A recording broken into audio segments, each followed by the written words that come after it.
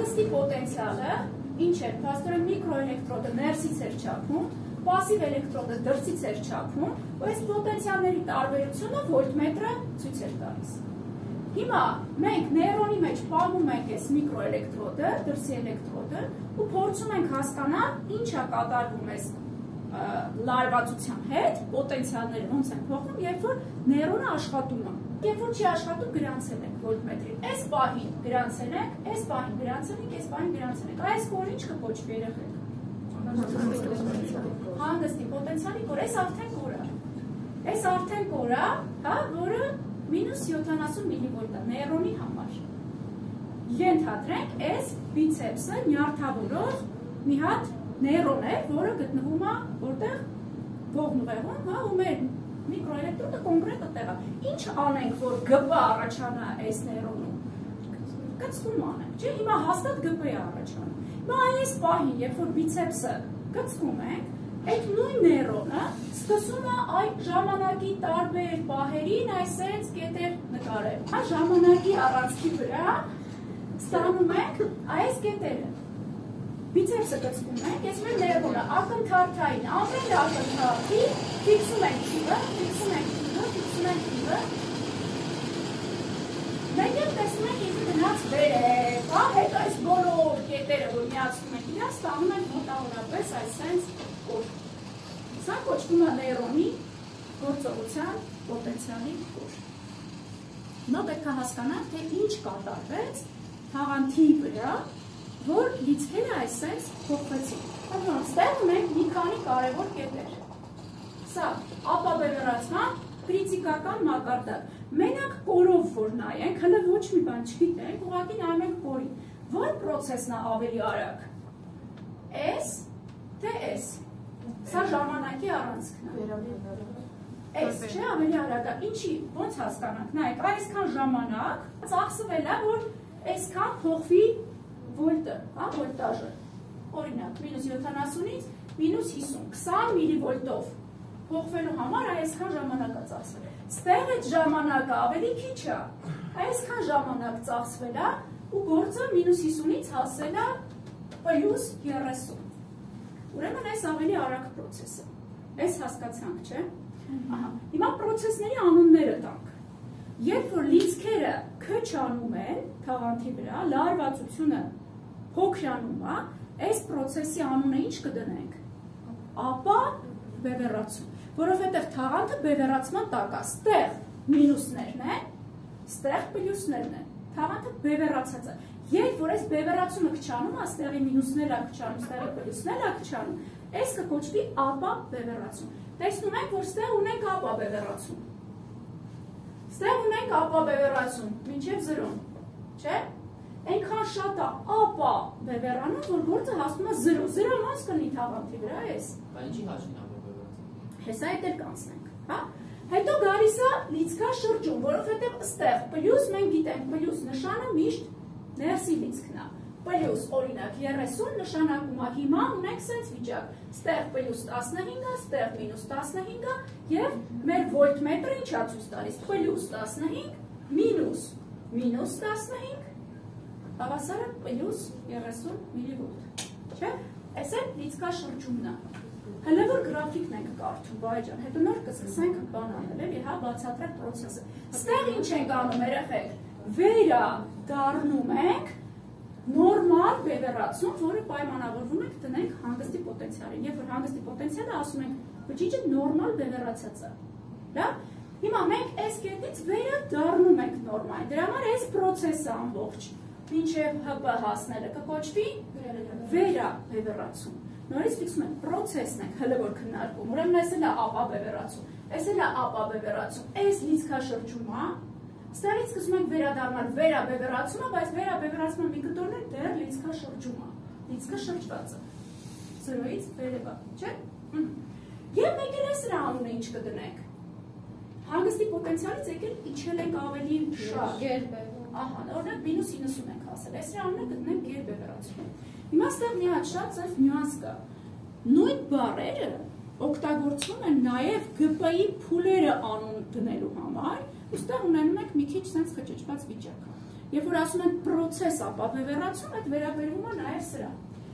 Բայց որպես փուլ ինքը կոչվում է տեղային պոտենցիալ։ Հասկանանք ինչա տեղային պոտենցիալը ու ինչի առաջանում։ Հիմա եկանք հասանք ստեղ թաղանթի վրա ինչա կատարվում, որ առաջանում է այս ապավևեռացումը։ Բանն է ազդում, ազդակն է ազդում։ Ազդակը, եթե սա ողնուղեղի շարժողական ալֆա մոտոնեյրոնն էր, իր ազդակը վերևից եկավ, սա շարժողական կեղևից եկած ազդակն է, ուղղակի փոխանցվել է, ազդակը ազդում է այդ նեյրոնի վրա, որ ես կծկեմ բիցեպսը։ Եթե դա տեսողական նեյրոնն է, լույսն է իր ազդակը։ Եթե լսողական է, ձայնն է իր ազդակը, հա, տակտիլ է, հպումն է իր ազդակը եւ այլն։ Ամեն մեկին իր ազդակն է բերում այս փուլը։ Այս բարձը ազդակը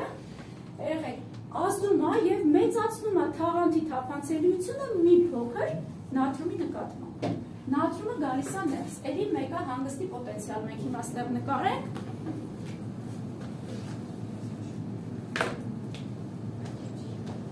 Որ նատրիումը ներս գա, ինչ կլինի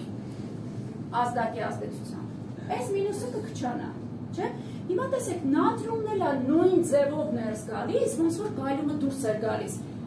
Իրա զույգի հետ ինչ եք կարծում, նատրիումը, որը շատ է ստեղ, իրա զույգը որը կընտրի դրսում,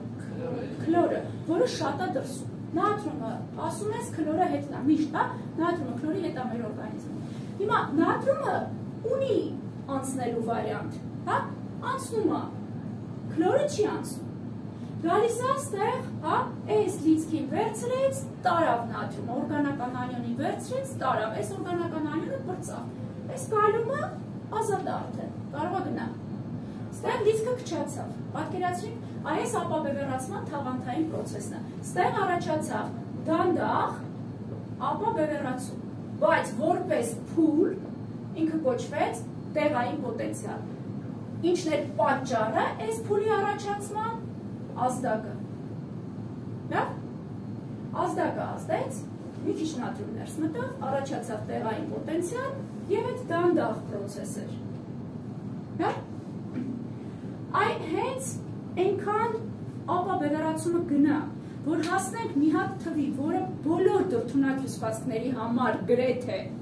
միշտ -50, այս նեյրոնների համար միշտ է -50, մենք միշտ խոսում ենք առողջ նեյրոնի մասին, էլի, հա, հոգնած, գերհոգնած, պաթոլոգիկների մասին չենք խոսում։ Եթե առողջ է նեյրոնը, իր այդ կետը կրիտիկական կետը -50-ն է։ Ինչի է կրիտիկական։ Որովհետև -50-ը այն թիվն է, որի տակ բացվում է այս թաղանթում եղած, մինչև հիմա խելոք մնացած անցուղիներ, որոնք կոչվում են պոտենցիալ կախյալ անցուղիներ։ Այս հասկանալը եւս շատ կարևոր է։ Ինչ ասել է պոտենցիալ կախյալ անցուղի։ Անցուղիները ամենախոշոր մոլեկուլներն են մեր օրգանիզմի։ Տարբեր գեներով են սինթեզվում, հա, տարբեր ամինաթթվային շղթաներում են, բարդ, այսպես կուճ, ինչ որ մոլեկուլներ են, որոնք գտնվում են թաղանթի մեջ, եւ կամրջում է արտաքին ոնց որ միջավայրը, միջբջջային տարածքը ցիտոպլազմայի հետ, այս հասկացանք, չէ՞։ Հիմա նայեք, այս անցուղի պոտենցիալ կախյալ անցուղի է։ Ունի մի հատիկ հատված ընդամենը, մասշտաբային sense պատկերացնեք, ձեռքից եթե ամբողջ անցուղին է, այս մի հատվածը մենակ զգայուն է -50-ի նկատմամբ։ Հենց -50-ը գալիս է, հա, -50-ը ինչ է, կրող պետք է ունենա, ինչ որ լիցքավորված մասնիկներ է, չէ՞։ Օրինակ, -50-ը եկավ, այս հատվածը ինձ է փոխում ընդհանուր իր կտորը, որ դոմինոյի պրինցիպով այս փոխվեց, այս էլ է փոխվում, այս էլ է փոխվում, այս էլ է փոխվում, այս էլ է փոխվում եւ անցուղի բացում է միջանցք։ Այսինքն -50-ը բաց է, ուրիշ թիվը փակ է։ Պոտենցիալ կախյալ անցուղին աշխատում է այս սկզբունքով։ Դրա համար ինքը կոչվում է պոտենցիալ կախյալ։ Բացարձակ կապ չունի տարածքում կա օրինակ նատրիումական պոտենցիալ կախյալ անցուղի, կա նատրիում, թե չկա, вообще կապ չունի այդ անցուղու համար, երեխեք։ Դա շատ կարևոր է հասկանալ։ Անցուղին պատկերացնենք տեսականորեն, հանել ենք, դրել ենք ստեղ։ -50 լիցք ենք տալիս, ինքը բացվում է, անկախ նրանից ստեղ вообще ինչ կա։ Նատրիում կա, չկա, օդա, ջուրա, ինչ է, հա։ Իդեալականացված մոդելով էսա պատկերացրենք էս։ Հիմա այս անցուղին կբացվի, երբ որ -50 է։ Ինչի առաջացավ -50? Ազդակը ազդեց, մի քիչ նատրիում ներթափանցեց, առաջացավ փոքր ապավևեռացում 20 մV-ի չափ ու թաղանթը հիմա գտնվում է -50-ի տակ։ Այս անցուղիները թաղանթի մեջ եղած պոտենցիալ կախյալ նատրիումական անցուղիները բացվում են։ Սրանք ամենախոշոր անցուղիներն են, միաժամանակ այդ միջանցքի մեջ կարող լինի 10,000 նատրիում, այդքան մեծ է։ Դրա համար պրոցեսը այսքան արագացավ։ Թափով նատրիումը սկսեց մտնել ներս։ Ինչի սկսեց ներս մտնել։ Որովհետև նատրիումը շատ է դրսում, միակ հրող ուժը կոնցենտրացիոն գրադիենտն է։ Դրա համար նատրիումը որոշեց ներս գա, անցուղին կապ չունի դրա հետ։ Բրդող ուժը կապ ունի, անցուղին մենակ ասում է նատրիում ես, խնդրեմ, անցի։ Ուրիշ բան ես մի անցի ինձ։ Սելեկտիվություն ունի, բայց մենակ նատրիում ճանաչելն է, հա, նատրիում ես, օքեյ, անցի, ուր ուզում ես։ Բայց նատրիումը միշտ անցուղով ուզելու է ներս գա, որտեղ կոնցենտրացիոն գրադիենտը ներս է ուղղված, դա։ Հիմա նատրիումները թափով մտան ներս, տեսեք, քլորն էլ հետը գալիս էր։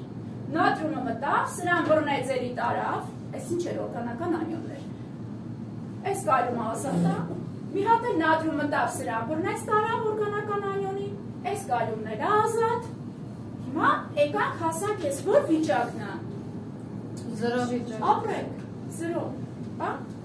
Բայց 0-ից հետո դեռ պրոցեսը շարունակվում է, նատրիումը դեռ ներս է մտնում, որովհետև այդ անցուղին շատ մեծ է, մինչև փակվում վերջնական, գործը հասնում է +30-ի։ Այդ ինչ է նշանակում, որ այս մի հատ արդեն նատրիումը եկավ, այն նույն կալիում օրգանական անիոն սկզբունքով եկավ, բայց չի գնում, որտեղ հետը արդեն եկել էր քլոր, ստեղ էր կալիում չկա, որ քլորը կալիումի վերցնի տանի, մնում է լրված թաղանթի վրա, քլորը դրսից, նատրիումը ներսից, հա, եւ ստացվում է, որ այս լիցքաշրջված վիճակում, այս ամբողջ ընթացքում ներսից թաղանթը լիցքավորված է դրական, դրսից բացական, ներսից նատրիումով, բայց էլի հիշում ենք, նատրիումը ներսում մեկա քիչ է, 15 անգամ օրինակ, հա, նատրիումը միշտ էլ մնում է քիչ, նույնիսկ այս վիճակով, բայց ներսից նատրիումն է լիցքավորում դրականով, ներսում լինելով քիչ, դրսում լինելով 15 անգամ ավելի շատ։ Հասկացանք, չէ, ինչի, որտեղ հերթական նատրիումը եկավ, երբ որ ազատ էր թաղանթը, սկսեց նկարվել նույն պրոցեսը, հանգստի պոտենցիալի գծա, մտավ չգնաց, որտեղ Վանդերվալսյան ուժով քլորը իրան բռնեց, քլորը ծեփվեց բակի դրսի կողմից, հա, նատրիումը ներսի։ Այս լավ հասկացանք։ Հիմա որտեղ էինք, ստեղ էինք, եկանք հասանք ստեղ ասենք։ Այս պահը արդեն, այն կետն է գագաթը, որ նատրիումական պոտենցիալ կախյալ անցուղիները փակ են։ Այս որ պահն է, նատրիումական պոտենցիալ կախյալ անցուղիները բացվում են։ Ստեղ հլը բացվում են, ստեղ երկից արդեն սկսում են փակվել։ Այս նատրիումական պոտենցիալ կախյալ անցուղիներն են ունեին երկու տեսակի դարպասներ, M և H։ Պոտենցիալ զգայուն, այս գրիչի կափարիչը մենակ M-ներ, H-ը պոտենցիալ չի զգում։ Այսինքն բացվող բացիչը M-ին է միանում, երեխեք։ Ինչ վիճակներ ուներ այս անցուղին։ Այս M-ն է, այս H-ն է, հա, նատրիումական պոտենցիալ կախյալ անցուղին, սա ինչ վիճակ է։ Փակ է, չէ՞, ոնց որ երկու դուռ է, երկուսն էլ պետք է բաց են, որ անցուղին բաց են, այստեղ մի դուռը փակ է, M-ը փակ է, ուրեմն սա փակ է։ Փակ, ակտիվ։ Ինչի ենք իրան ասում փակ, ակտիվ։ Որտեղ M-ով է փակ, ու հենց լինի -50 կբացվի։ Որտեղ ֆունկցիոնալ ակտիվ ես անցուղու մասին, ինչ նախադասությունն է, -50-ը բացվում է, ուրիշ թիմը փակ է, սա է իր ֆունկցիան, -50-ի տակ բացվել, ֆունկցիան կարող է իրականացնել, երբ որ փակը ակտիվ է, այսինքն M-ով է փակ։ Մյուս փակ վիճակը, H-ով փակը, երեխեք, սենց նվարենք, հա, M-ը կապ չունի արդեն, H-ով փակ վիճակը կոչվում է փակ, ապա ակտիվ։ Հիմա սրանց տեղավորեք, և բացն էլ արդեն բացն է, չէ, հեսա բացն է, համ M-ն է բաց, համ H-ն է բաց։ Հիմա նայեք, հանգստի պոտենցիալում այս անցուղին ուներ փակ, ակտիվ ստատուս։ Ապավևեռացման քրիտիկական մակարդակում ստացավ բաց ստատուս, չէ, Եվ եկանք հասանք պիկում, փակ, բայց ապակտիվ։ Ինչի համար ասա, որովհետև նայենք, հլը այս կորի այս մասը հլը չքննարկենք ինչա կատարվել, բայց կարող ենք չէ տեսնենք, որ այս կորը երկրորդ անգամ անցնում է ԱԿՄ-ով։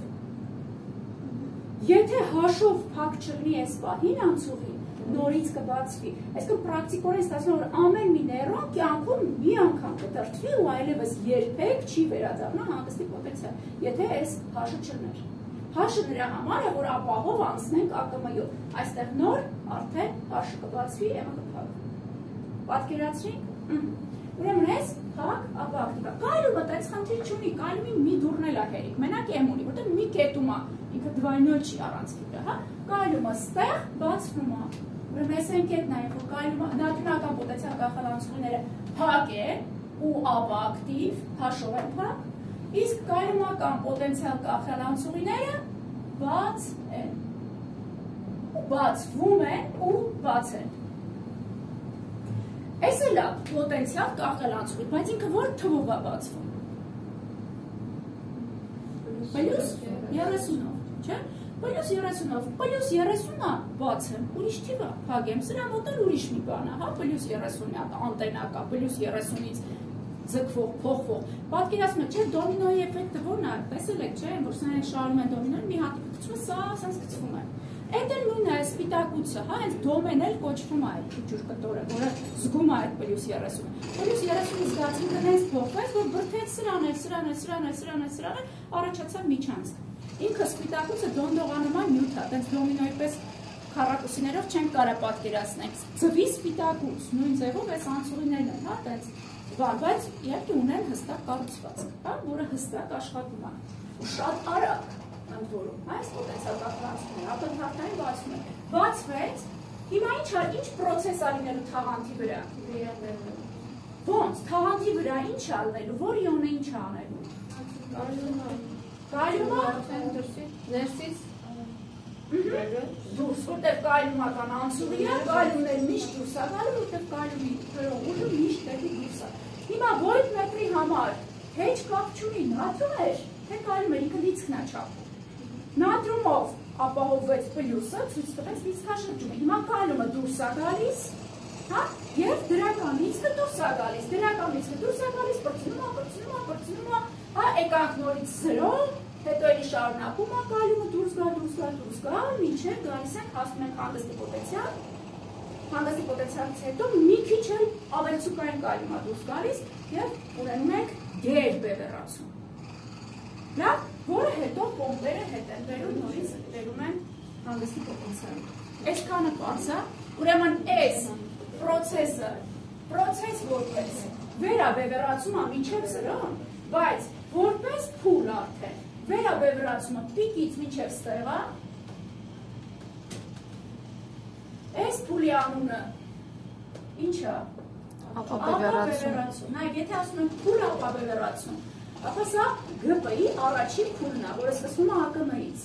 Չի սկսվում ՀՊ-ից։ ՀՊ-ից ԱԿՄ կամ կհասնենք կամ չէ, կախված է ազդակի որակից, արտաքին գործոնը։ Այս բջջի թաղանթը չի, բայց եթե հասել ենք ԱԿՄ-ին, արդեն ամեն ինչ լինելու է։ Այդ ամեն ինչ կամ ոչինչ օրենքներ, հա, համ ապաբևեռացումն է գծվելու, համ վերաբևեռացումը, համ էլ այս պոզուպոչերը, որոնք կոչվում են հետքային պոտենցիալներ, հա, սա ինչ է, հետքային բացասական պոտենցիալ, չէ, և հետքային դրական պոտենցիալ, սա կոչվում է նաև որպես փուլ և որպես պրոցես և բևեռացում միակ տեղը, որ փուլն ու պրոցեսը իդեալական համընկնում են իրար, հա, այսքանը լավ հասկացանք,